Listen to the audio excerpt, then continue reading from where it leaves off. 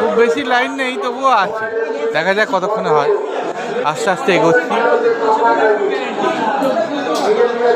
প্রচুর লোক সমাগম।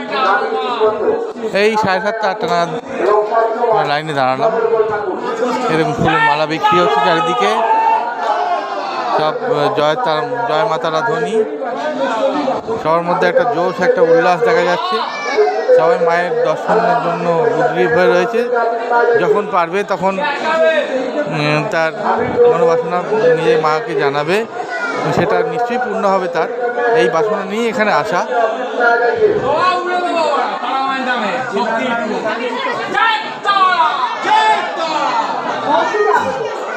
কত ভক্ত সমাগম দেখুন চারিদিকে।